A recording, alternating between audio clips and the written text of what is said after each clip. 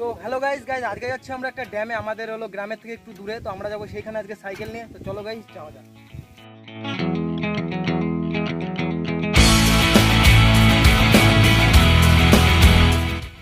অনেক দিনের ইচ্ছে ছিল এই ড্যামটায় যাওয়ার, কিন্তু অন্যান্য কারণবশত আমাদের যাওয়া হয়ে ওঠেনি। তো আজকে আমি আর আমার বন্ধু বেরিয়ে গিয়েছি ড্যামে যাওয়ার জন্য। তো গাইজ রাস্তায় যাওয়ার পথে আমরা অনেক জিনিস দেখলাম, যেমন আনারস বাগান, তারপর একটা গ্রামও পার হলাম। এখন বাজে দুপুর 12টার, আমরা পুরো বেরিয়েছি একদম ভর দুপুরে। তো গাইজ এখন তো রোদ্দুর অত নেই, কারণ যখন বেরিয়েছিলাম তখন রোদ্দুর ছিল, এখন অত নেই কারণ মেঘ করেছে আজকে। তো আজকে পুরো রোদ্দুরের মধ্যে যেতে হবে। তো চলো দেখা যাক কত দূর যেতে পারি। একটু আগে তোমাদের বললাম যে আজকে অনেক রোদ্দুর উঠেছে, কিন্তু একটু পরে দেখি আবার মেঘও করে ফেলেছে। আজকে হয়তো ভগবানেরও ইচ্ছে যে আমরা আজকে ড্যামটায় গিয়ে ঘুরে আসি। রাস্তায় যাওয়ার পথে আমাদের পড়লো একটা পুরনো চা ফ্যাক্টরি, আর যেটার ভিডিও আমি আগেও আপলোড করেছি। আর চা ফ্যাক্টরি দেখতে দেখতে আমরা ঢুকে পড়লাম ছোট্ট সুন্দর একটা বাজারে। আর এখন তো দুপুরবেলা, তাই ওর জন্য অনেক দোকানই বাজারের বন্ধ আছে।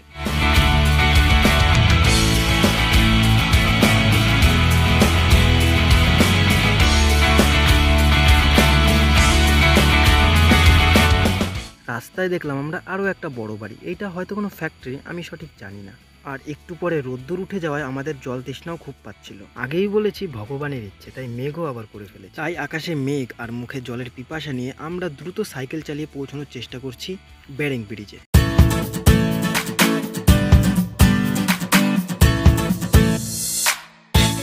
কিন্তু মাঝে মাঝে এইসব সুন্দর দৃশ্য আমাদের গতি ধীর করে দিচ্ছে, কিন্তু আমরা থামার পাত্র নই। যতটা সম্ভব দ্রুত আমরা সাইকেল চালিয়ে সেইখানে আজকে পৌঁছবই।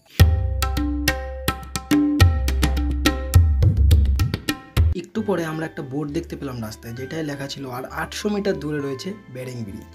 তো গাইজ আমরা পৌঁছে গেছি বেরিং ব্রিজের এখানে। তো চলো তোমাদের দেখাচ্ছি সামনে। আমরা ফাইনালি পৌঁছে গেছি বেরিং ব্রিজের এখানে। তো তোমাদের ওইদিকে রয়েছে হচ্ছে বেরিং ব্রিজ, তো আমরা এখন যাবো ওইখানে। তো গাইজ আপাতত আমরা দাঁড়িয়েছি একটা গাছের তলে, কারণ গাইজ আজকে রোদ্দুর অনেক। আর গাইজ আমরা জলও আনতে ভুলে গেছি, তো আমাদের প্রথমে জলও খুঁজতে হবে আর এইদিকেও দেখতে হবে। তো গাইজ ওইখানে রয়েছে বেরিং ব্রিজের বোর্ডটা। আর গাইজ এদিক দিয়ে একটা রাস্তা চলে গেছে, এই রাস্তা আমরা আগে কখনো যাইনি, কিন্তু গাইজ বেরিং ব্রিজের মানে মেন রাস্তা হচ্ছে এইটা। তো গাইজ এইটাতে আমরা চলে যাবো ওইদিকে। আর ওইদিকে রয়েছে নদী। এখন হয়তো নদীতে জল নেই কিনা জানি না, কারণ গাইজ ওইখানে গিয়ে দেখতে পাই। গাইজ ওইদিকে রয়েছে একটা ভাঙা ঘর, তো ওইটাতেও যাবো। তো সবার প্রথমে যাবো হচ্ছে আমরা বেরিং ব্রিজের ওইখানে।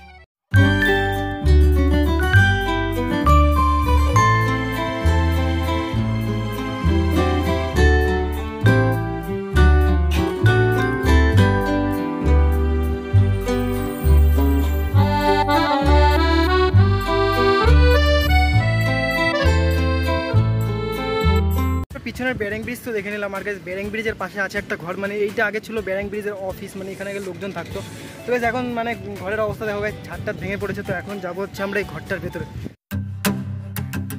ঘরটা তো একদম পুরো ভাঙা, এদিকে যে জানলা দরজাগুলো ছিল এগুলো পুরো ভেঙে পড়েছে। আর গাইজ এখানে যে ছাদটা ছিল গাইজ, যে তোমরা দেখতে পাবে গাইজ, ছাদে পুরো একদম গাইজ ঘাস জ্বালিয়েছে এদিক দিয়ে। আর এই পাশে টুক তো মানে একদম ভেঙেই পড়ে গেছে। ওই পাশে পুরো জঙ্গল, তো ওই পাশে তো যাওয়া যাবে না, আমাদের ঢুকতে হবে গাইজ সামনে দিয়ে এইখানে। আর গাইজ এখানে কিছু কিছু লেখা আছে, হয়তো এখানকার লোকগুলো লিখেছে গাইজ। এই যে হচ্ছে মেন ঘরটা। তো গাইজ এই দেখো ঘরটা এখনো পুরো ঠিকই আছে, কিন্তু গাইজ একটাও মানে জানলা দরজা নেই গাইজ ঘরটা। এই যে এদিকে যদি যাই, ঘরটা বেশি বড় না, এইদিকে গেলে এইখানেই শেষ। আর এইখানে একটা দরজা ছিল আগে। আর গেলে গাইজ এগুলো তো পুরো একদম জঙ্গলে ঢেকে গেছে। আর গাইজ এইদিকে ছাদগুলো এখনও ঠিক আছে, শুধু ওই পাশের ঘরের ছাদটাই ভেঙে গেছে। আর গাইজ এই দেখো, এই যে হচ্ছে ঘরের ইয়ে। আর এই দিকেও ছোট্ট একটা ঘর আছে এইখানে। গাইজ এদিক দিয়ে পুরো ফাঁকা। এখানে গাইজ আগে দরজাগুলো ছিল গাইজ, এই যে ইয়েগুলো রয়েছে কাঠের। আর তাছাড়া তো গাইজ ওই পাশে রয়েছে একটা নদী এই ঘরটার। আর এই ঘরটার সামনে রয়েছে গাইজ একটা ব্যারেজ। আর এইদিকেও রয়েছে একটা নদী, মানে মোট রয়েছে এখানে দুটো নদী। আর এই যে দেখো গাইজ ঘরটা এইদিকে। আর গাইজ যেটা ছাদ ভেঙেছে সেটা যদি তোমাদের দেখাই গাইজ, এই যে হচ্ছে গাইজ ছাদ ভাঙা ঘরটা। এখানেও রয়েছে ছোটো একটা রুম। আর এখানে গাইজ তাক রয়েছে, আগে হয়তো এখানে তাক ছিল এই পাশটায়। আর ওই যে গাইজ ছাদটা ভেঙে পড়েছে। এখান থেকে অনেক বোর্ডও টানানো আছে, মানে এই যে এখানে যে ব্যারেজটা আছে ওই ব্যারেজটার বোর্ড গাইজ এই পাশ দিয়ে এদিক দিয়েও টানানো আছে। আর গাইজ এদিক দিয়ে পুরো একদম মাঠকে মাঠ খোলা গাইজ এদিক দিয়ে। আর এদিক দিয়ে পুরো একদম ফাঁকা, মানে যতদূর দেখা যায় ততদূর ফাঁকা। আর গাইজ ওইদিকে আছে সোলার, ওইদিকে যে সোলারগুলোতে যে লাইন হয় ওই লাইনগুলো এদিকে যে আশপাশ গ্রামে আছে সেগুলোতে দেওয়া হয়। তো আমরা যাচ্ছি এখন নদীটার এইদিকে, মানে এটা নদী তো না, এটাকে বলা হয় ক্যানাল। এটা মানে একটু বড় ক্যানাল। আর আমাদের ওইদিকে যে ক্যানালগুলো আছে ওটা ছোটো ক্যানাল। এই ক্যানালটারই শাখা পোশাখা আছে আমাদের ওইদিকে, আমাদের গ্রামের ওইদিকে। তোমাদের হয়তো অন্য কোনো ভিডিওতে দেখিয়েছি গাইজ। তো গাইজ এইটা হচ্ছে আপাতত সবার থেকে বড় ক্যানাল এই দিকের মধ্যে। তো একবার দেখো শুধু ক্যানালটা, এই দেখো।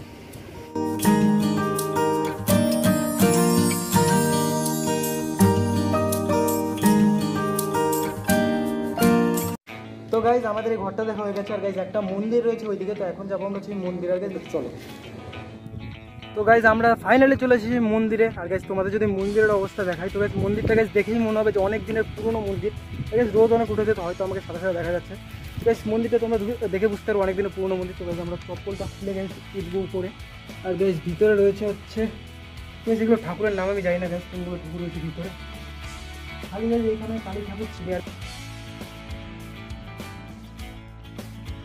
তো গাইজ আজকের ভিডিও এখানেই শেষ। তো তোমাদের যেগুলো জায়গা দেখালাম ওগুলো যদি তোমাদের ভালো লাগে তো গাইজ কমেন্ট করো। আর যদি এরকম ভিডিও দেখতে চাও গাইজ চ্যানেলটা সাবস্ক্রাইব করো।